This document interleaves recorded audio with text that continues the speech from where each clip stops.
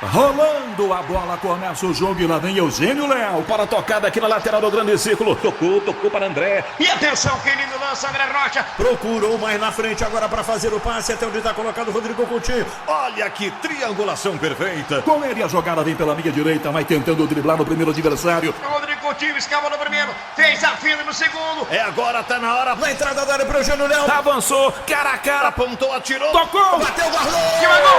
Valeu! É gol! É nosso, é nosso, é nosso!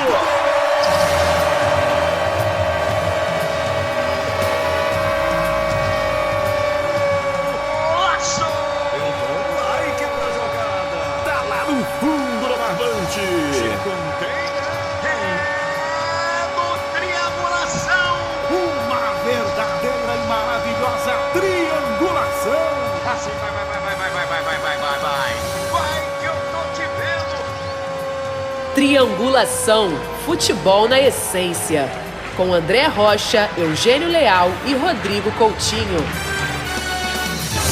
Muito bem, estamos juntos mais uma vez para a quinta edição, o quinto episódio do podcast Triangulação. Hoje, para nossa alegria, com a volta do Rodrigo Coutinho, hein, André? É isso aí, Coutinho. Seja bem-vindo. Um abraço também para você, Eugênio. Um abraço para todo mundo que estiver nos ouvindo. É muito bom voltarmos a fazer uma triangulação e voltarmos a falar de futebol aí sobre o que aconteceu nessa semana. Vamos nessa. Valeu, e o programa hoje está muito legal. Atenção, chamo a atenção de todos para uma belíssima entrevista que nós fizemos com o treinador Eduardo Barroca, que nesse ano dirigiu o Botafogo na maior parte do Campeonato Brasileiro, dirigiu também a equipe do Atlético Goianiense na Série B e conseguiu, nessa reta final, em 9 jogos, confirmar a subida, né? O Atlético Goianiense estará novamente ano que vem na Série A. Ele que começou o ano também trabalhando na base do Corinthians no time Sub-20. Seja bem-vindo de volta, Rodrigo Coutinho. Beleza, Eugênio, valeu, André. Bom estar de volta, né? Semana passada eu desfalquei, foi só uma tabelinha, hoje uma triangulação, mas graças a Deus aí, já com a vida mais organizada, vamos tocar pra frente nosso projeto e hoje o programa tá quente, hein? Vai ser muito legal, hein, Eugênio? Com certeza. Lembrando a galera que pode participar, mandar ao longo da semana mensagens para o nosso Twitter, né? Triangulação P, e pode acompanhar o nosso podcast em várias plataformas. Tem no SoundCloud, tem no YouTube, tem no Castbox. Você pode acessar pelo Spotify também. Fique à vontade. Está sentindo falta de alguma plataforma? Indica pra gente que a gente vai tentar também entrar nessa plataforma. Rodrigo, o primeiro tema de hoje, o primeiro tópico desta semana é seu. E é um tópico que eu acho que é fundamental para a gente debater o futebol brasileiro hoje em dia. E lá vai o Rodrigo Coutinho! Pois é, Eugênio, é o seguinte, eu acho que a gente tá vendo discussões aí nos últimos 2-3 meses, mais especificamente, muito acerca do nível que o Flamengo ele implementou no futebol brasileiro. E é uma discussão que eu acho que é muito saudável e acho que ela vem num bom momento para o futebol brasileiro, porque nos últimos anos a gente questionou, e com razão, a qualidade do futebol jogado pelos campeões brasileiros. Acho que não é uma unanimidade, talvez o time que tenha chegado mais perto disso seja o Corinthians de 2015, né, que jogou um bom futebol, não o de 2017, o de 2015, que jogou um bom futebol, mas o Palmeiras, que venceu em 16 e 18, era questionável em alguns aspectos. O próprio Cruzeiro, que tinha um ataque bem poderoso em 2013 e 14, também era questionável em alguns aspectos, assim como outras equipes que talvez tivessem um elenco muito bom, mas que em termos de desempenho não apresentavam nem 50%, 60% daquilo que o Flamengo mostrou no futebol brasileiro na temporada de 2019. E aí, a partir disso, a gente está vendo muitas discussões em cima da seguinte questão. O estilo de jogo, tá? Eu estou falando de modelo, estilo de jogo do Flamengo, ele vai pautar o futebol brasileiro nos próximos anos? Ele vai ser o único indicativo de qualidade? E aí eu acho que a gente tem que tentar responder essa pergunta de uma forma muito didática. Para mim, uma coisa é o estilo de jogo do Flamengo, que realmente é muito agradável de se ver, né? Jogadores que não guardam posição no ataque, é um caos organizado, é uma movimentação ali que há uma ocupação de espaços prévia, inteligente, pensada, são jogadores que são acima da média do ponto de vista de entendimento de jogo também, isso acaba ajudando as ideias do técnico Jorge Jesus, mas eu acho que tem outro ponto. Também acho que é possível que outras equipes possam colocar em prática um outro tipo de futebol e fazer frente ao Flamengo. E a gente viu isso acontecer em alguns jogos dessa reta final do Campeonato Brasileiro. O Flamengo teve algumas dificuldades contra o Bahia, por exemplo, que tem um estilo de jogo diferente. O Flamengo teve dificuldade contra o River Plate na final da Libertadores, que naquele jogo especificamente ele saiu um pouquinho do seu estilo, né? Não digo nem saiu, mas talvez tenha intensificado mais uma característica do seu jogo, que é a marcação na saída de bola e menos o controle através da posse. Então, eu acho que eu queria ouvir vocês. Acho que vocês têm muito a acrescentar nesse debate, mas a minha visão é essa. Eu acho assim, a gente tem que ter cuidado. Uma coisa é o Flamengo como estilo de jogo que faz um ano maravilhoso. Não estou aqui questionando o Flamengo, muito pelo contrário. Adoro ver o time do Flamengo jogar. Acho muito saudável para o futebol brasileiro que isso tenha acontecido e que isso desperte nos outros treinadores essa vontade também. É deixar um pouco de lado a ciumeira, né, essas críticas aí infundadas que a gente tem visto recentemente de treinadores que estão até fora do mercado sobre o trabalho do Jorge Jesus, diminuindo, relativizando e tentar mirar esse futebol ofensivo. Talvez não com as mesmas ideias, mas buscando times mais soltos, mais agradáveis de se verem jogar, principalmente quando há material humano para isso. E tem elenco no Brasil que pode jogar futebol muito melhor do que jogou aí nos últimos anos, Eugênio. Esse tema é uma delícia, porque fala muito do que a gente pede, do que a gente cobra, do que a gente imagina, do que a gente sonha ver em futebol brasileiro. Eu, antes de mais nada, eu penso, e acho que os amigos também, penso que não há uma única maneira de se jogar futebol.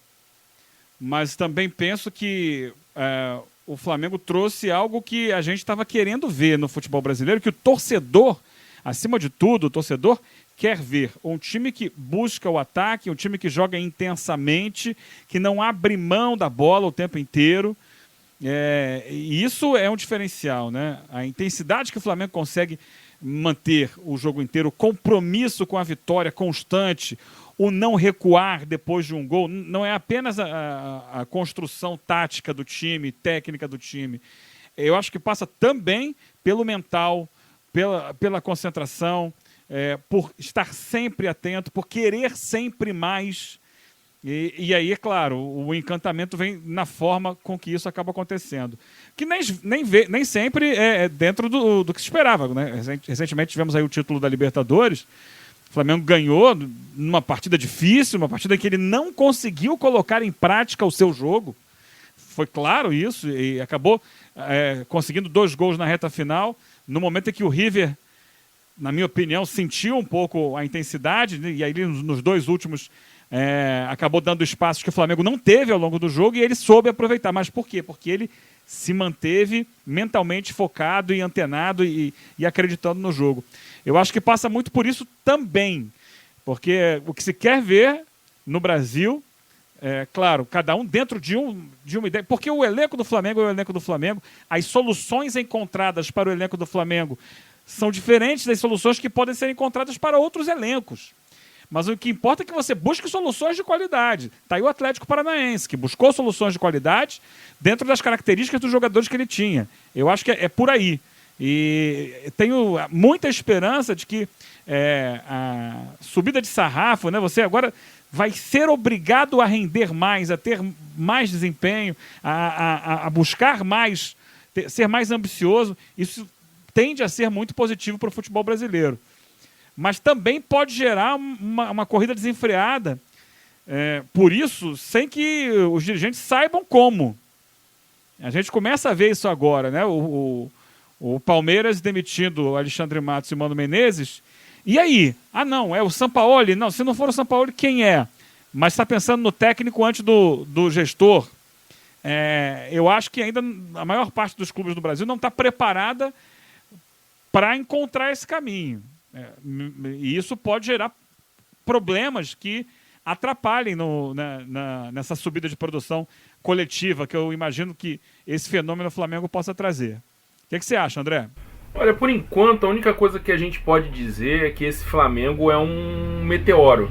Como foi o Palmeiras de 96, como foi o Santos de 2010, só que num nível acima pelas conquistas que conseguiu alcançar dentro desse futebol coletivo, né? Conseguiu fazer um time encantador, ofensivo e dominante num período de disputa de Brasileiro e Libertadores, que é o que diferencia em relação ao Santos e ao Palmeiras, que foram num primeiro semestre que naquele momento se jogava a Copa do Brasil, campeonato estadual. Então o Flamengo consegue ficar um salto acima, mas é um time de exceção. Se fala muito do time de 81 como um time de exceção por conta de ter conseguido juntar 3 gerações de jogadores formados na base do Flamengo, e os mais maduros liderando, os mais jovens surgindo, aqueles na intermediária, na posição, na idade intermediária, sendo ótimos coadjuvantes da estrela maior que era o Zico, e a gente podendo botar Júnior e Leandro quase no mesmo patamar em termos de talento, né? Tanto que faziam parte da seleção brasileira. Mas esse time do Flamengo é muito de exceção, porque a gente nem o Flamengo pode tratar esse time como parâmetro, porque o Flamengo começou o ano com o Abel Braga, o Flamengo não começou o ano com o Jorge Jesus, e de repente faz 4 contratações de jogadores na base do que a gente chama de top of mind, né? Tipo, contratou Griffith, jogadores assim, dentro da realidade brasileira, dentro da possibilidade de contratações.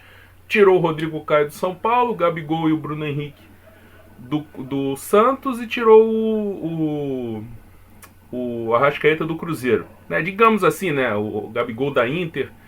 Mas aí contratou. E aí no segundo semestre, ao ver a bobagem que fez ao contratar o Abel para comandar um elenco que tinha essa proposta, e eu tenho informações de dentro do clube de que havia uma preocupação, os jogadores conversavam entre si, de falando assim, como é que o Rafinha, se o Felipe Luiz vier para cá, como é que eles vão trabalhar com o Abel? Teve jogador que chegou a falar, vou sentir vergonha perante esses meus colegas que estão vindo da Europa, que trabalharam com grandes treinadores, de trabalhar com o Abel. Então, quer dizer, aí o Flamengo consegue trazer o Jorge Jesus, que é um treinador com conceitos, com uma carreira em Portugal, na Europa, disputando títulos, ainda que da Liga Europa. E aí dá certo com a chegada de outros 4 jogadores. Então são 8 contratações, com 3 jogadores remanescentes do grupo, com um novo treinador, e de repente tudo. E aí as coisas acontecem, tem uma eliminação na Copa do Brasil, mas aí a eliminação da Libertadores, que seria muito dura para todo esse projeto desse ano, o Felipe Luiz nem tinha estreado ainda. Aí o Flamengo vai, consegue a classificação nos pênaltis e aí respira. E aí o Jorge Jesus tem tempo para trabalhar, e aí o time se acerta, e aí uma coincidência da saída do Coelar, o Arão vai fazer dupla com o Gerson no meio campo, e aquilo se encaixa, e aí o time todo se encaixa, e logo no primeiro jogo faz 3-0 no Palmeiras, que era o então campeão, e tinha sido líder do campeonato durante muitas rodadas. E aí a coisa se encaixa de um jeito e flui do jeito que fluiu na Libertadores, no Brasileiro. Então eu acho que, por enquanto, o Flamengo só pode ser tratado como um meteoro. Subiu o sarrafo? Subiu. Mas eu acho que o principal serviço do Flamengo para o futebol brasileiro e do Jorge Jesus foi quebrar alguns paradigmas. Ainda que a gente, num distanciamento histórico, possa pensar que esse time vai ser falado assim, mas era aquele Flamengo, é um caso, é um ponto fora da curva, foi um time de exceção. Mas pelo menos agora a gente tem um exemplo de um time com uma formação que antes, pelo próprio treinador que comandou o Flamengo até junho, maio, time de índio, porque ele não podia tirar o Arão e o Coelhar do time, porque ia ficar muito ofensivo, ia ficar, como os gaúchos às vezes falam, um time faceiro. E aí ele coloca as estrelas, os jogadores de habilidade, de técnica, juntos todos e coloca uma maneira de jogar com pressão, com intensidade, e esses jogadores respondem, mesmo com todos os riscos, jogar com a defesa adiantada, mas esses jogadores dão a resposta competitiva. Então é um paradigma que se quebra. O calendário brasileiro é complicado? Sim, é complicado e tem que mudar, mas há necessidade de se poupar tanto os jogadores, 11 jogadores de uma vez, e tantas vezes como, por exemplo, o Grêmio fez, e quando chegou para disputar com o Flamengo uma semifinal de Libertadores, foi o Grêmio que morreu, foi o Grêmio que poupou tanto que morreu, e o Flamengo, que vinha competindo em duas frentes, com intensidade, com o desgaste, terminou o jogo melhor fisicamente. Então tudo isso vai quebrando paradigmas. Os times brasileiros têm que fechar a casinha, arrumar o vestiário e bola nos talentosos. Não é só isso. Futebol atual não é só isso. Quem tentou essa solução durante um ano todo, durante um brasileiro todo, foi o Cruzeiro, com o Mano e com o Abel. Fechar o vestiário, blindar o vestiário, fechar a casinha e dar a bola nos talentosos, jogar na frente para o Fred decidir. Não resolve mais. Com o futebol em alto nível, isso não resolve mais. Palmeiras também. Fechar casinhas, bola no Dudu, jogada aérea, mobilização de vestiário com o Filipão, antes com o Cuca. Não resolve mais, não adianta mais. Não é questão do modelo, é uma questão muito simples. O Palmeiras, com a sua proposta de jogo, funcionava, mas hoje a gente vê que é um tanto quanto contraproducente. Não tem a mesma produção, porque você vai ter que jogar se impondo ao adversário por causa da camisa, por causa do maior investimento. Então você vai ter que jogar no campo de ataque. E para jogar no campo de ataque você tem que criar mais soluções, ter mais repertório. Então não é questão de dizer que há certo e que há errado, mas há formas de jogar que mais produtivas dentro de um contexto do que outras. E essa solução do Palmeiras, hoje, o Flamengo quebra outro paradigma, mostrando que há uma outra solução e que você tem uma maneira de se impor que é mais segura e que te entrega desempenho e resultado quando bem executada. Eu acho que é basicamente essa contribuição que o Flamengo dá para o futebol brasileiro. Por enquanto é só isso que dá para falar. Não dá para falar em hegemonia, não dá para falar que vai continuar assim, porque o Jorge Jesus pode receber uma proposta e ir embora, pode mudar tudo, Gabigol ir embora. E esse é um ponto, né, André? Esse é um ponto que a grande questão do Flamengo agora é justamente manter isso. Vem aí o Mundial de Clubes, a gente não sabe como vai ser o Flamengo no Mundial de Clubes, pode ser um grande sucesso ou não. Aliás, convocar todo mundo, semana que vem, né, a edição da próxima semana vai sair junto com o início do Mundial de Clubes. A gente vai analisar todos os times que vão disputar o Mundial de Clubes, tá bom? É como se fosse um guia da competição. Mas voltando para o Flamengo, é o que você colocou, André, e o Rodrigo pode falar também, para a gente fechar esse tema. Eu acho que o grande desafio é para o próprio Flamengo se manter nesse nível no ano que vem. Sim, verdade. O sarrafo sobe para o Flamengo também, né? Essa história do sarrafo subir, ela não serve só para os outros times, não. E a torcida do Flamengo é uma torcida que cobra muito, né? A imprensa vai cobrar muito.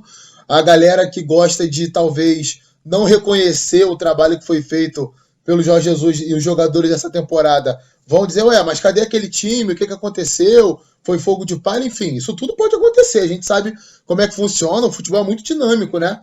Se a gente falar de 6 meses atrás, quem ia imaginar que o Flamengo ia chegar no final do ano nesse nível, ganhando uma Libertadores depois de 38 anos, jogando a bola que está jogando e quebrando todos os recordes. Acho que é bem por aí mesmo que vocês falaram. Não dá ainda para dizer que é uma hegemonia, acho que longe disso. Para mim, uma hegemonia se constrói aí com pelo menos meia década de você ganhando todos os títulos possíveis pela sua frente. Sinceramente, acho até que o Flamengo, se conseguir manter os principais jogadores, conseguir manter o Jorge Jesus, o Flamengo vai continuar jogando muito bem e acho que pode sim manter o melhor futebol do Brasil, mas isso não quer dizer que o Flamengo vai ser campeão de tudo. Tem competição mata-mata, tem lesão de jogador, tem contratação que pode não se encaixar, o próprio trabalho para o ano que vem talvez não alcance o nível que alcançou nesse ano, então tem muita coisa que pode acontecer. Agora, a conclusão que eu chego nisso tudo é o seguinte, a gente como imprensa, a gente que emite opinião e tenta, né, tem a pretensa intenção de estudar um pouco mais, aprofundar um pouco mais o debate sobre o jogo de futebol, eu acho que a gente tem a obrigação de deixar algo muito claro. Não existe só uma forma de jogar futebol. Existem várias formas de jogar, de marcar, de jogar em bola parada, de marcar bola parada, enfim. Eu acho que a gente tem que se concentrar naquilo que é bem feito e naquilo que é mal feito. E eu, sinceramente, me incomoda um pouco quando você leva para um lado de só vai servir se jogar igual o Flamengo. Acho que pode jogar de outra forma, ser tão bem ou mais executado e até oferecer um contraponto interessante ao Flamengo. A história do futebol é repleta de coisas assim, né? A gente, para falar de algo mais recente, a gente teve lá o auge do Guardiola no Real Madrid e, ao mesmo tempo, o Mourinho oferecendo ali uma antítese àquele jogo. E se a gente for pegar aqui e puxar sobre a história, acho que o André pode me ajudar nisso, que ele tem mais conteúdo do que eu sobre isso, já escreveu bastante sobre isso também. Acho que o futebol é isso, né? E a gente que trabalha, exatamente, a gente que trabalha e a gente que tem essa pretensão, vamos colocar assim, a gente que tenta fazer isso, a gente tem a obrigação de passar isso para o torcedor. É claro que cada um tem sua opinião, cada um tem sua convicção, mas de uma forma geral é basicamente isso. Eu não vejo o futebol brasileiro ou internacional como uma verdade absoluta. O que o Flamengo está fazendo é sensacional, é maravilhoso, eleva o nível do futebol brasileiro, faz os outros clubes quererem mais, buscarem esse futebol. Como você falou, Eugênio, não é só a parte tática, é a parte do comprometimento com a vitória, né? De você ter uma metodologia de treino traçada para isso, o mental do jogador, a intensidade o tempo inteiro. Isso sim é uma coisa muito bacana e acho que se aplica a todos os modelos de jogo. Agora, a gente achar que só aquilo que o Flamengo faz é o correto, que todo o resto está errado, essa impressão me incomoda um pouco. Não, é aquela coisa, eu só acho assim, eu acho que às vezes a gente eu acho que a gente não deve se isentar de colocar uma visão e uma opinião com cuidado de se fazer uma análise mais genérica, de tipo, olha, não existe certo, não existe errado. Isso é o óbvio do óbvio. Mas eu acho que certas práticas do futebol brasileiro, porque senão você acaba restrito a uma não opinião, entendeu? E eu acho que é o nosso dever também colocar uma visão, ainda que seja dentro de uma opinião mais forte, mais contundente. Se você critica certas situações dentro do futebol brasileiro e você vê alguém fazendo diferente, não é dizer que aquilo é a única maneira de jogar futebol, mas é a maneira de jogar futebol que é para abrir um pouco a mente das pessoas, porque aí acaba ficando uma visão contrária. Fica parecendo que quem está falando que o Flamengo deve servir de um modelo para uma mudança de visão está sendo fundamentalista ou está querendo dizer que é uma forma só. Não, é o contrário. É dizer que aquela forma que era tratada como a única no futebol brasileiro, a única forma de se jogar, porque a gente tem problema de calendário, porque os times não têm dinheiro, porque o país é pobre, a moeda é fraca, então vamos jogar assim, fechar a casinha, arrumar o vestiário, bola no talentoso, bola parada, e o futebol brasileiro é isso. Eu acho que essa mudança de paradigma que a gente tem que reforçar no futebol brasileiro. Não é só isso e não pode ser só isso. Perfeito, perfeito. A gente vai voltar ainda muitas vezes a esse tema nas próximas edições aqui do nosso podcast Triangulação. Agora é hora de bater um papo com Eduardo Barroca. Triangulação. Futebol na essência. Com André Rocha, Eugênio Leal e Rodrigo Coutinho. Barroca, Eugênio Leal, muito obrigado aqui da nossa parte pela sua participação aqui no nosso podcast Triangulação. Queria, antes de mais nada, parabenizar pelo acesso com o Atlético Goianiense, também pela permanência com o Botafogo. Você tem papel fundamental para isso, para que o Botafogo permaneça na primeira divisão. E queria saber, antes de mais nada, notícias, né?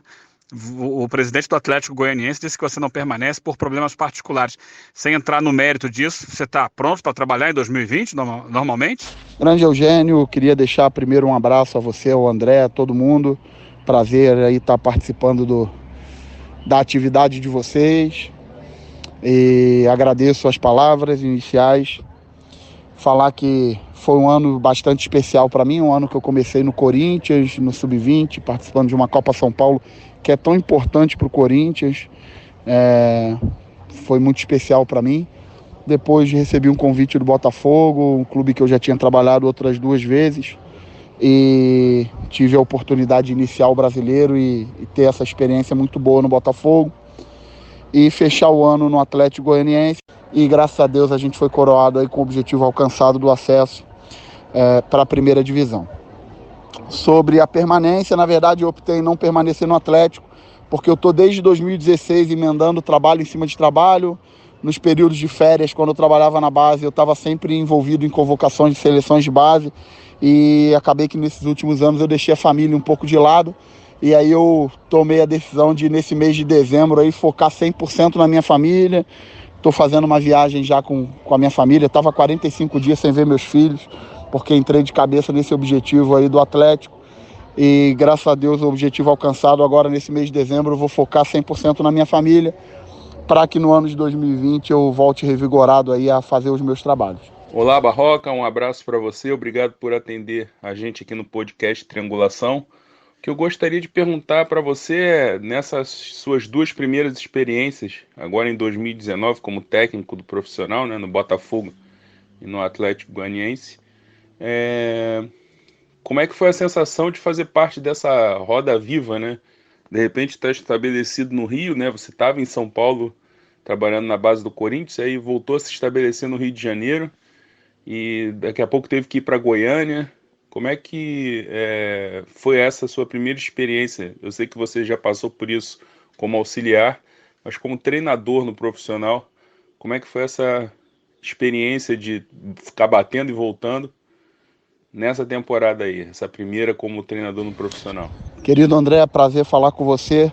E foi uma experiência muito boa, porque o ano de 2019 ele vai ficar marcado para mim como o primeiro ano efetivo como treinador de profissional.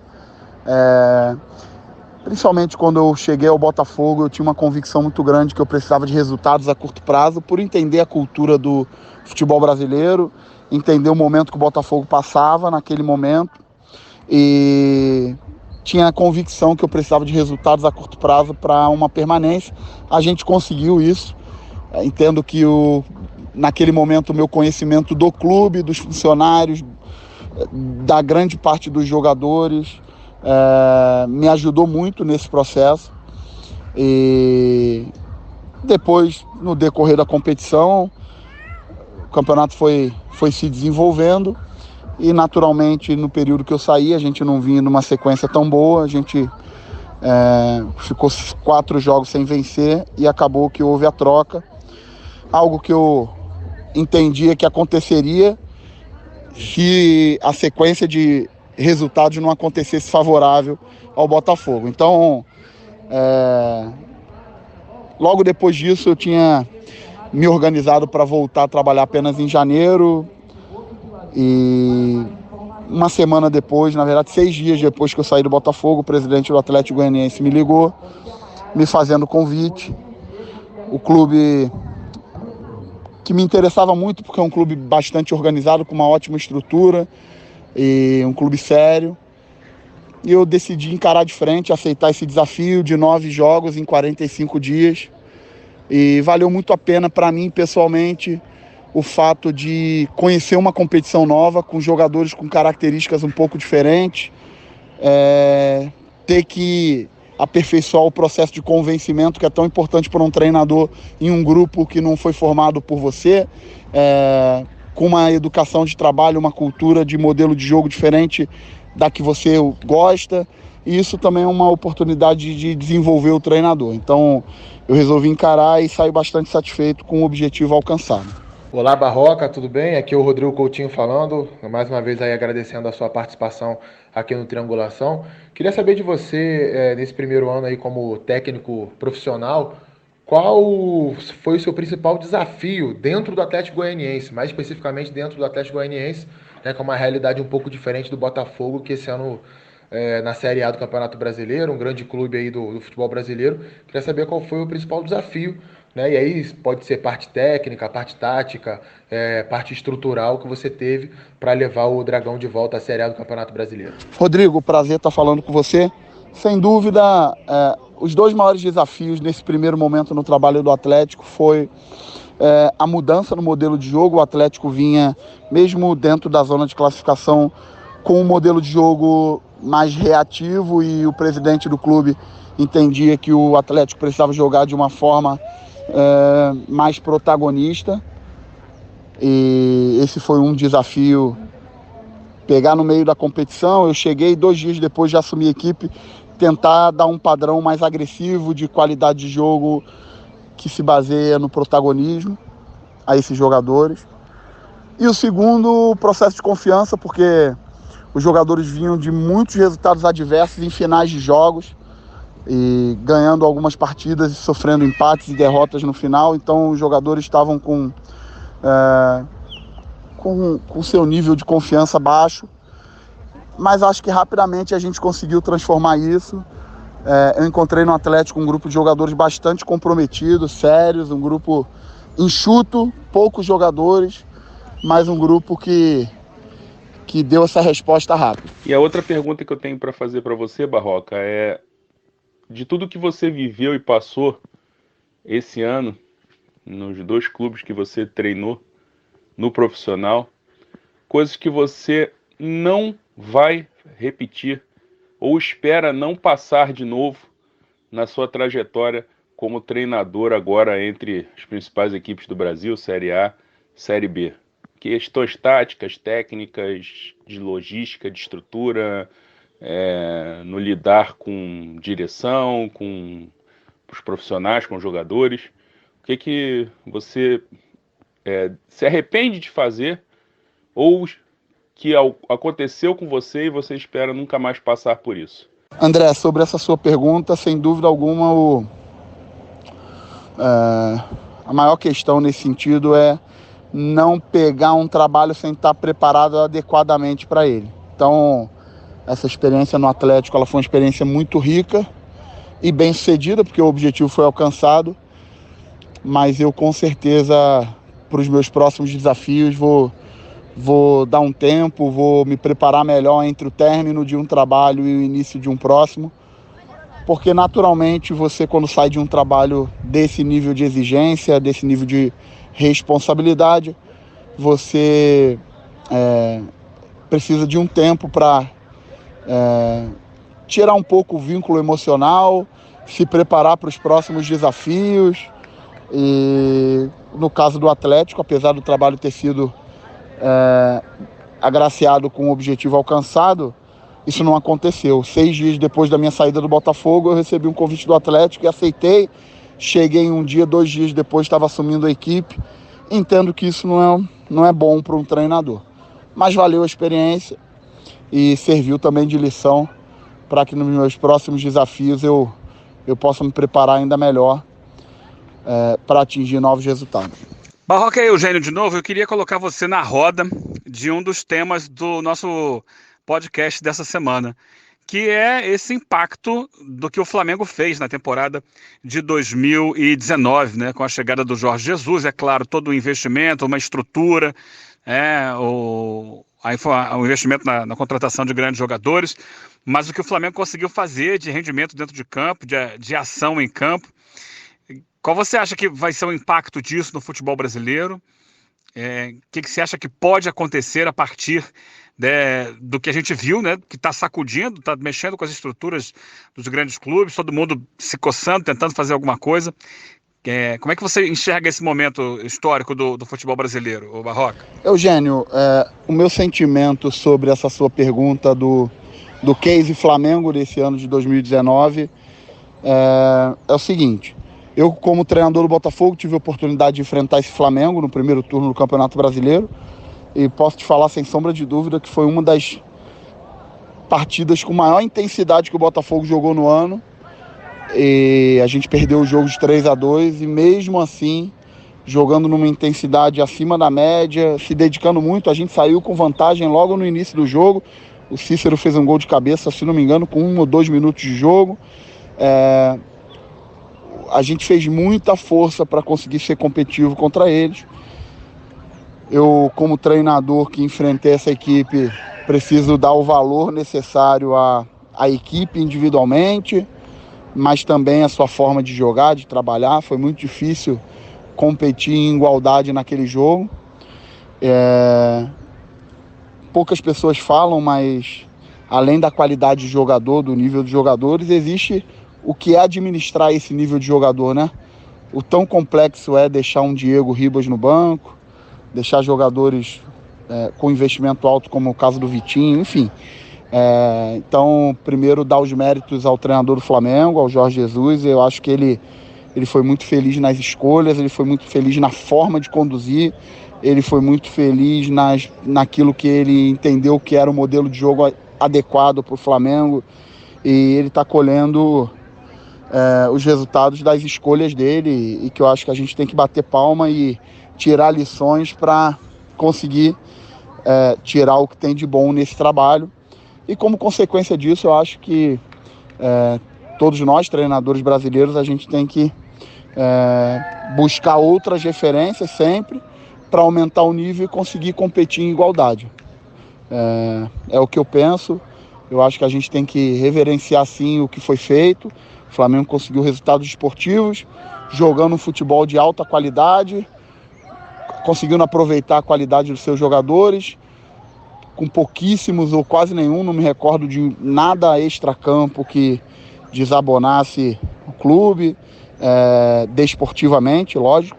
Então, eu acho que a gente tem que tirar esse ano que aconteceu com o Flamengo como referência para que a gente consiga transferir isso para os próximos anos.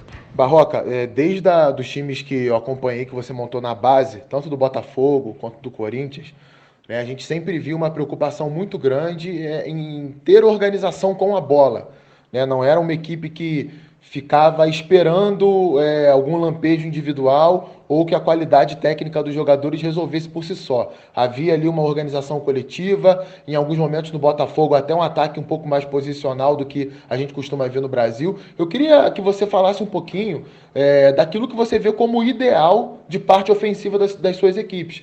Talvez, pelo fato do material humano, você não tenha conseguido fazer isso tanto no Botafogo quanto no Atlético Goianiense. A gente sabe como é que é a realidade do futebol brasileiro. Mas eu queria que você falasse no seu time ideal. Se te dessem ali um elenco com as peças para você escolher, ou um elenco com muita qualidade, elenco de ponta no futebol brasileiro, como você montaria essa equipe ofensivamente? Então, eu entendo que o trabalho que eu mais me identifico é o trabalho onde a forma coletiva valorize a individualidade do jogador. Eu sempre tenho uma preocupação muito grande em que o jogador que eu esteja trabalhando se sinta feliz jogando futebol com a forma como eu estou propondo.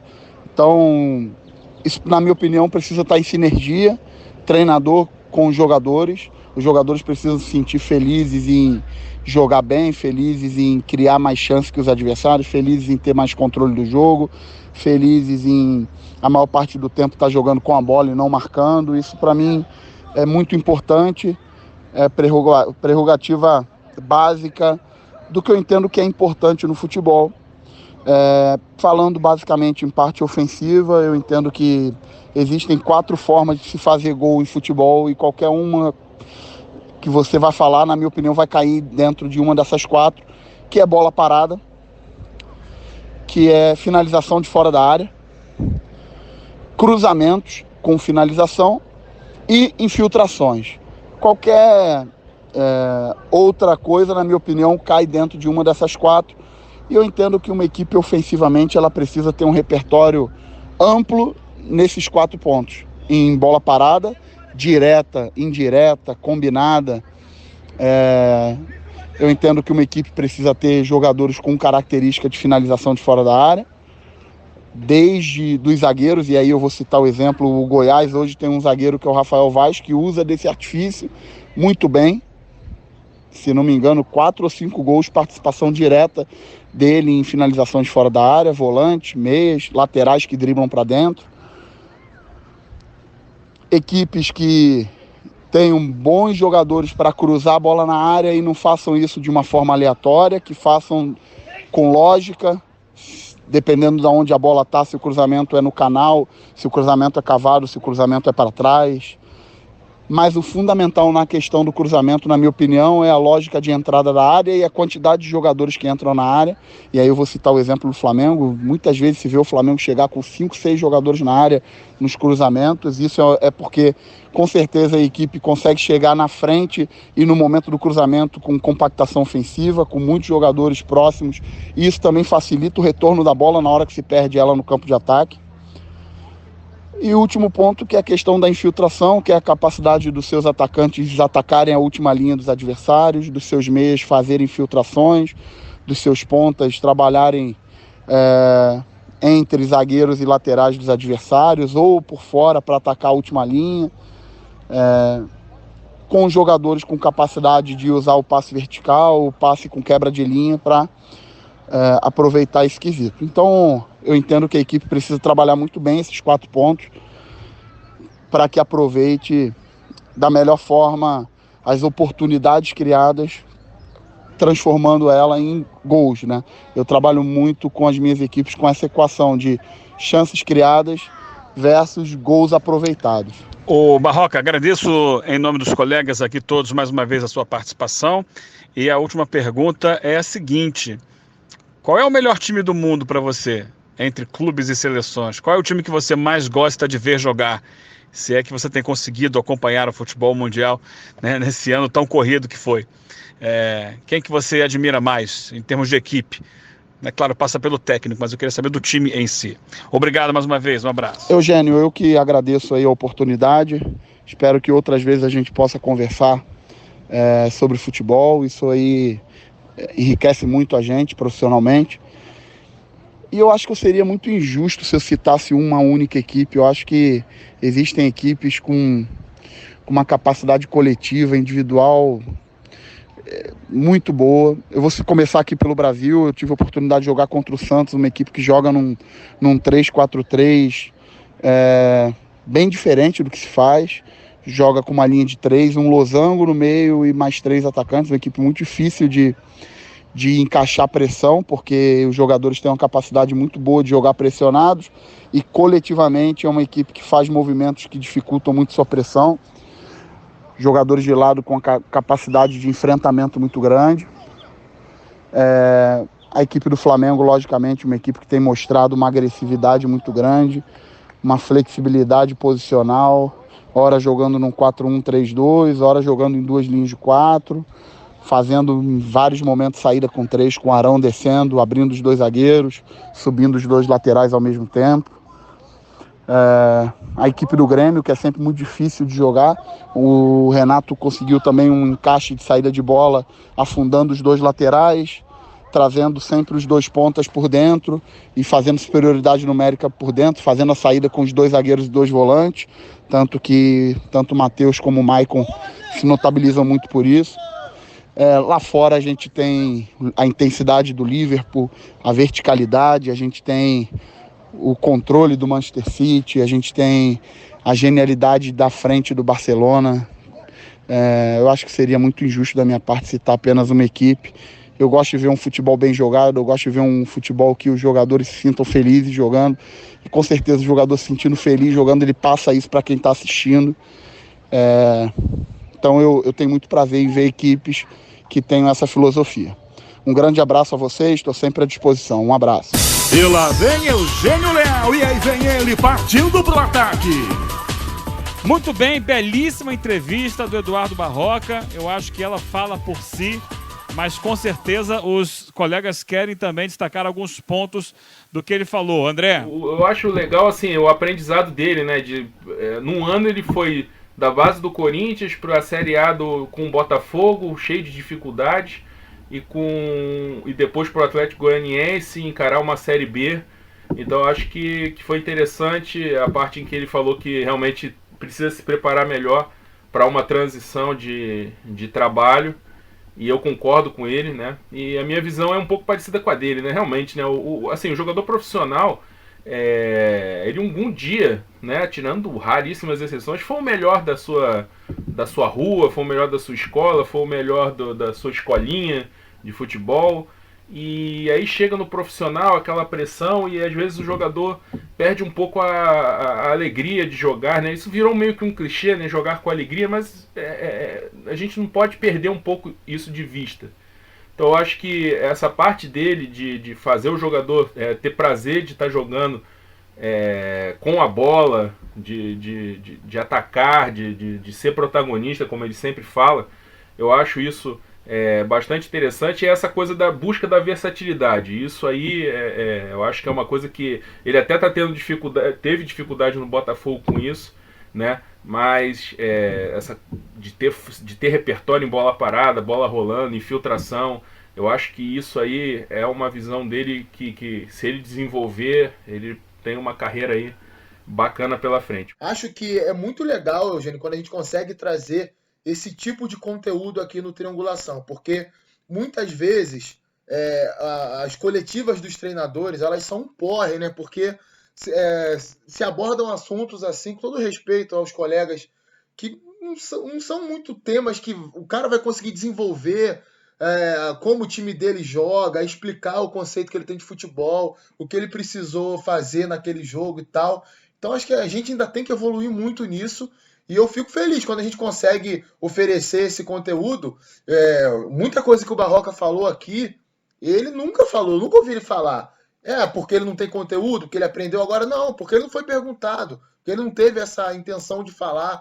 Igual o Barroca, tem vários outros por aí que poderiam também acrescentar um pouco mais e as pessoas abrissem um pouquinho a mente em cima disso. Então acho que foi muito bacana e acho que a gente cumpre a missão de oferecer um conteúdo diferenciado, com a ajuda, é claro, do Eduardo Barroca, que tem tudo para se tornar um grande treinador no futuro. Perfeito.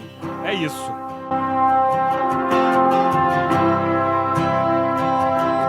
Vamos mudar de tema e vamos até a Inglaterra.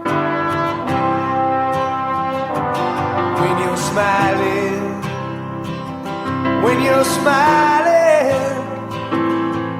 the whole world smiles with you. Porque aqui no Triangulação, né, gente, aqui também tem espaço e muito para o futebol internacional. E eu queria chamar a atenção de vocês para a campanha que vem fazendo o Leicester na Premier League. É o vice-líder nesse momento da competição. É claro que tem uma distância ainda razoável para o Liverpool, mas, por exemplo, tem um ataque melhor que o Liverpool. É o segundo melhor ataque da competição, atrás do Manchester City. E tem a melhor defesa, a defesa menos vazada do campeonato, né? São pontos interessantes a destacar nesse time, que tem como destaque, mais uma vez, o Vardy no ataque, né? Que é o artilheiro da Premier League, que está com 13 gols. Vardy está com 32 anos, foi um dos heróis do título da temporada 15-16. É isso? 15-16, né? Que foi campeão. Ele está empatado hoje, se a gente pegar as principais ligas da Europa, empatado atrás do Immobile, em termos de gols marcados, e do Lewandowski. É o terceiro colocado ao lado do Timo Werner. Quer dizer, é um cara com 32 anos vivendo um protagonismo impressionante. O time está com 11 vitórias consecutivas, somando todas as competições.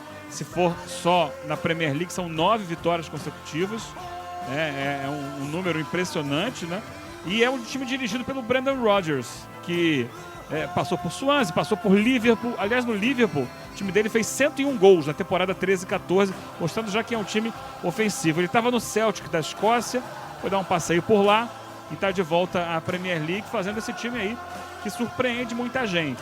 Destacar também que jogadores interessantes que chegaram, que vão se juntando aos poucos ao time, e que estão dando uma mobilidade muito interessante. O Maddison e o Tielemans no meio campo, né?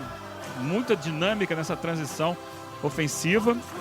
É um time com um número interessante de gols marcados. Dos 33 gols da Premier League, você tira 6 que não foram de jogadas construídas. Quer dizer, 3 de cabeça, 1 de fora da área, 2 de pênalti. O resto, tudo jogada construída, com muita mobilidade dos homens de frente, né? Muita movimentação, troca de posição. Muito interessante isso. né? E o aproveitamento das finalizações é impressionante. 21% dos chutes que eles dão viram gols. E se a gente levar isso só para o Vardy, 41% a taxa de conversão do Vardy. É impressionante, um número altíssimo. E quanto à defesa, destacar. O time vendeu o Maguire na última janela e ainda assim consegue ter a defesa menos vazada. O que passa muito pelo Ndidi no meio campo, que é o jogador líder em desarmes, em roubadas de bola, interceptações de toda a Premier League. O cara que fica à frente, né? Um 4-1-4-1 que vira 4-3-3. A base do time hoje, Schmeichel, Ricardo Pereira, o Evans, o Soyuncu e o Chilwell. O Ndidi como esse homem entre as linhas. Aí tem o Ayoze Pérez, o espanhol, que era do Newcastle pela direita. Tielemans, Maddison e o Barnes pela esquerda e o Vardy no ataque. É uma campanha que está um ponto acima, nesse momento da temporada, daquela que levou o Leicester ao título histórico. Dá para brigar? Vamos pensar que, por exemplo, agora o Liverpool, que é o líder, vai se dividir, vai para o Mundial de Clubes. Como é que fica? De repente há um desgaste extra, enquanto o Leicester está focado apenas na Premier League. E aí, gente, o que a gente pode falar do Leicester? Para brigar com o Liverpool, acho que ainda falta talvez ali uma maturação um pouco maior desse time. Mas que de fato é uma equipe que chama muita atenção, principalmente pelo jeito de jogar, que é bem diferente do Leicester, que foi campeão há 3 anos atrás. Você detalhou aí a forma de jogar da equipe. Eu não vejo assim o Leicester como, por exemplo, é o Manchester City, que é um time que não negocia a saída de bola através de passe curto. O Leicester, se ele for apertado na saída de bola, ele vai jogar de forma direta também, até porque tem 2 jogadores muito fortes lá na frente, principalmente o Vardy. O Vardy é um cara que tem uma vitória pessoal muito grande, um jogador que tecnicamente ele não é inquestionável, mas ele é um cara que tem velocidade, ele é um cara que luta com o zagueiro o tempo inteiro, ele sabe fazer o pivô, fisicamente é um cara forte. Mas esses 2 jogadores do meio campo, tanto o Tielemans como o Maddison, são 2 caras que apresentam um controle de jogo muito grande, principalmente o Tielemans, o belga. Às vezes ele até troca um pouquinho ali de posição com o Ricardo Pereira, o lateral direito. Quando o meio está muito congestionado, ele abre um pouquinho para receber essa bola numa região de campo com um pouco mais de liberdade e fazer o time jogar. Mas é de fato uma equipe que vem encantando, sim. Não vejo ali o elenco do Leicester como o elenco para brigar no top 4 ali da Inglaterra, Acho que isso é uma coisa até que é indiscutível. Acho que vai ficar entre os 4 primeiros. E também algo que sempre me chamou a atenção muito no Brendan Rodgers foi a utilização do Philippe Coutinho, Acho que ele foi o treinador que melhor soube utilizar o Philippe Coutinho até hoje na carreira dele e meio que mudou o patamar do Philippe Coutinho ali quando ele treinou o Liverpool. Olha, eu vejo chance sim de tentar disputar o título com o Liverpool. Por quê? Porque tem a história recente. Não é o mesmo time, não é o mesmo treinador, mas o Leicester já provou que é possível. E esse tipo de coisa dentro de um clube, dentro do convívio do dia a dia, do trabalho com jogadores, ali tá ali o Vardy como referência, eu acho que pode sim duelar se o Liverpool oscilar, e o Liverpool continua naquela toada, que a gente vem falando aqui. O time vence, teve aquela grande vitória sobre o City, porque jogou num nível de concentração muito alto, e o City também está oscilando, mas continua com dificuldade no ataque, dependente da bola parada. Enfim, a gente está falando do Leicester, mas falando do Liverpool em relação ao principal concorrente. Então, se dezembro o Liverpool der uma derretida, eu acho que o Leicester hoje tem mais condição de chegar até do que o Manchester City, porque realmente acabou dando aquilo que a gente estava falando sobre versatilidade. A combinação Brendan Rodgers e Leicester, dentro da cultura que o Leicester acabou criando e que vinha se mantendo nos últimos anos, pode dar uma liga muito legal e muito eficiente. Tem a questão da qualidade do elenco, de repente não ter tanta profundidade, se tiver uma sequência de lesões pode sofrer, mas eu acho que esse casamento Brendan Rodgers e cultura do clube pode dar muita liga. E lógico, jogadores que vêm jogando um futebol de ótimo nível, surpreendendo, principalmente como o Rodrigo já ressaltou aí, essa dupla de meio-campistas por dentro, né, dessa linha de 4, do Tielemans e o Maddison. E como eu sou o cara de falar da velharia, um ponta esquerda chamado Barnes no futebol inglês sempre pode ser inspiração para coisas boas, né? Boa lembrança. Muito bom, muito bom. Mudando de assunto e voltando pro Brasil pra gente chegar ao último tópico do programa de hoje. O que parecia fake hoje se concretizou. Rogério Ceni, o mito, é o nosso treinador. Vai trazer muitas conquistas com muita luta e trabalho. O treinador do Leão no ano do centenário, colocando Fortaleza no devido patamar, trazendo visibilidade e o acesso à Série A. A mídia do mundo inteiro, o jornal já publicou que o mito do Morumbi com o Leão assinou. Rapaz, que trajetória, né, do Ceni esse ano no Fortaleza, né? Primeiro semestre com título estadual e Copa do Nordeste. E aí um começo de brasileiro um tanto quanto difícil, né? Aquela transição sempre complicada, né? De Série A, retorno. Então, mas aí o Ceni tem um início bem complicado, né? Ele fica até a 13ª rodada e um aproveitamento de só 36%, né? 4 vitórias, 2 empates, 7 derrotas, 14 gols a favor, 20 contra. Aí ele sai para aquela aventura no Cruzeiro, mal sucedida, uma saída conturbada, complicada. E aí o Fortaleza passa pelo período com o Zé Ricardo e o Rogério volta na 22ª rodada. E aí parece que foi uma coisa, um casamento que tem um hiato. E aí quando volta, os dois lados estão no encantamento de é você. E é você mesmo, e aí quando se volta a se unir, a coisa se fortalece. Eu percebi também uma evolução do time junto com o amadurecimento do Rogério, que lógico, é um treinador muito jovem, né? Começou lá no São Paulo, Fortaleza é a segunda experiência dele, e ele tem muitas convicções, é um cara que estudou, que procurou se preparar para ser treinador. E aí, lógico, vai oscilar, vai ter convicções que de repente podem ser mais flexíveis, e eu tô percebendo que ele tá entrando nesse momento. De novo, vou falar da versatilidade, né? Então, o Fortaleza é um time que sabe jogar trabalhando a bola, mas também rápida transição ofensiva. Esse Edinho corre demais pelos lados, o Osvaldo também dando uma ótima resposta do outro lado. O Wellington Paulista, o Chiesa no centro do ataque, o Romarinho chegando. É um time que foca na saída de bola, trocando passes, mas também buscando acelerar. E a moral que o Rogério tem, né? É só a gente pegar o exemplo. No jogo Fortaleza contra o líder na época e seria o campeão Flamengo, ele poupou 9 jogadores para colocar um time com mais saúde em campo, para tentar surpreender, e quase surpreendeu. O Flamengo virou o jogo no final com um pênalti muito do questionável e um gol do Reinier também numa cobrança de lateral na área. Então aquelas vitórias do Flamengo arrancada meio que a fórceps, mas mostrando a moral dele e a forma como ele trabalha, e isso, essa coisa da volta do casamento, né? Também ficou com mais moral. E aí a campanha tem um salto, né? Da 22ª rodada até aqui, são 8 vitórias, 3 empates, 4 derrotas.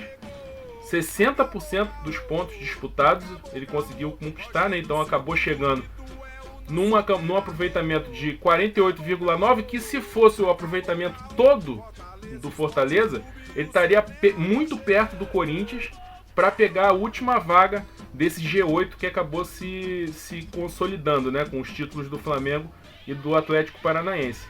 E aí o Fortaleza, que está comemorando essa vaga na Sul-Americana, primeira competição internacional do time, ainda tem chance matemática, mas é menos provável.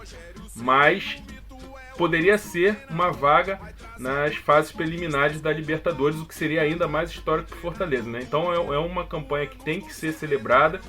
Eu acho muito difícil o Rogério Ceni seguir no Fortaleza em 2020, mas depois da primeira experiência dele, assim, um tanto frustrante no São Paulo, rica, mas frustrante, ele agora consegue no Fortaleza dar uma fantástica resposta, né? Se a gente for pensar em títulos, feitos, expectativa, capacidade de investimento, dá para dizer que o que o Rogério Ceni conseguiu no Fortaleza só fica abaixo dessas conquistas do Flamengo e da temporada que o Atlético Paranaense fez também, né? Campeão da Copa do Brasil,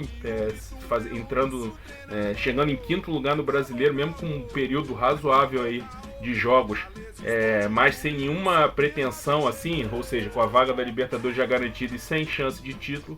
Eu acho que abaixo desses dois você pode discutir o Santos do Sampaoli, mas em termos de resultado, conquista dentro do seu patamar, eu acho que título estadual, Copa do Nordeste e vaga na Sul-Americana é um grande feito do Fortaleza, Eugênio.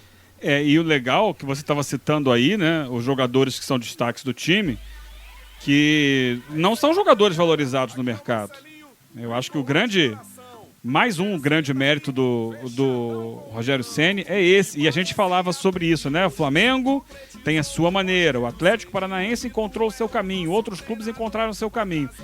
E o que o Rogério consegue fazer no Fortaleza é uma superação diante do orçamento do clube, dos jogadores que ele tem. Porque se você pegar esse mesmo elenco e colocar em clubes do centro aqui de Rio de Janeiro, São Paulo e Minas, todo mundo vai dizer, isso aí não presta, esses jogadores já tiveram suas oportunidades e não vingaram. Todos eles já passaram. O Wellington Paulista é referência no ataque, o Osvaldo, que já foi o Cristiano Osvaldo um dia. E o Rogério consegue botar todo mundo na roda. O Tinga, lateral direito, que eu tenho gostado muito do campeonato dele. Outro dia fiz um comentário e aí no Twitter alguém falou, esse foi o pior lateral que já passou pelo Bahia, da história do Bahia. E ele tá jogando bem no Fortaleza. Então é isso, você pegar os jogadores que estão à sua disposição. É claro que o Rogério montou o elenco também, conhecendo as características, pesquisando cada jogador, mas é um elenco modesto e tá respondendo acima do esperado. Não é isso, Rodrigo? É isso, Eugênio, e é interessante citar que desde o ano passado isso vem acontecendo, né? O Rogério na Série B com o Fortaleza, ele já tinha um elenco que para a realidade da Série B não era um dos principais elencos, não. O feito dele ano passado na Série B, sendo campeão, liderando por várias rodadas, garantindo acesso à Série A depois de 13 anos, se eu não estou enganado, que o Fortaleza ficou fora da Série A do Campeonato Brasileiro, foi um feito e tanto, porque não era um elenco top para o nível da Série B. É claro que é uma competição um pouco mais nivelada por baixo. Se você tem um trabalho tático de qualidade, a tendência é ele aparecer mais do que numa Série A, mas eu acho que isso em nenhum momento diminui o mérito dele. Um outro ponto que me chama muita atenção, o André falou sobre a dinâmica desse time, né? Que sabe jogar propondo, sabe jogar reagindo, joga de forma direta também. É um time completamente diferente do time do ano passado. O Fortaleza ano passado era um time que quase sempre construía as suas jogadas com aproximação e terminava as jogadas pelos lados do campo, porque tinha na área o Gustavo, que é jogador do Corinthians hoje, que foi o artilheiro da Série B no passado, fazendo vários gols de cabeça pelo Fortaleza. Esse ano ele não tem essa referência aérea. Tem lá o Wellington Paulista, que é um bom centroavante lá pro nível do Fortaleza, mas é um time que joga de várias formas. E isso começa pelo goleiro. É o Felipe Alves, goleiro do Fortaleza. Estava até brincando hoje no nosso grupo do nosso WhatsApp. O Felipe Alves, goleiro do Fortaleza, ele tem o passe melhor do que 90% dos zagueiros do Campeonato Brasileiro. O que esse cara faz com o pé é muito acima da média para os goleiros. Entrega um gol aqui, outro ali, faz parte do modelo. Vai ver quantos gols iniciaram com passes dele. Passe curto ou passe longo. Ele faz inversões buscando o lateral adiantado, ele busca lançamentos em profundidade, ele encontra passes quebrando a primeira linha de marcação do adversário, encontrando um dos dois volantes do Fortaleza ali na altura da linha média. Então, eu gosto muito do trabalho do Rogério do Fortaleza. Acho até que o aproveitamento de pontos do Fortaleza até a saída do Rogério, né, até a 13ª rodada, ele não é real. O Fortaleza perdeu pelo menos 2 jogos ali onde ele foi superior ao Botafogo no Rio e perdeu, foi superior ao São Paulo lá no Castelão e perdeu também. eram jogos que, se tivesse um pouco mais de qualidade ali no momento de definição, um pouco mais de calma, Fortaleza teria vencido esses jogos porque jogou melhor com o adversário. Então acho que se tivesse um pouquinho mais de campeonato, ou se talvez o Rogério não tivesse saído para tentar a sorte no Cruzeiro, eu não tenho dúvida que o Fortaleza estava brigando um pouco mais acima ali, talvez beliscando uma vaguinha numa Libertadores aí, já que agora, né, a distribuição é farta. Acho que esse é outro tema também que a gente pode debater nos próximos programas, mas gosto muito do trabalho do Rogério no Fortaleza. Acho que faz muito mais daquilo que se espera pro elenco que o clube conseguiu montar. Para mim, o elenco do Ceará é melhor que o elenco do Fortaleza. E olha a diferença de desempenho dessas duas equipes. Impressionante, realmente, especialmente na reta final do campeonato. Eles estiveram próximos a maior parte da competição, mas no final o Fortaleza subiu e o Ceará ficou.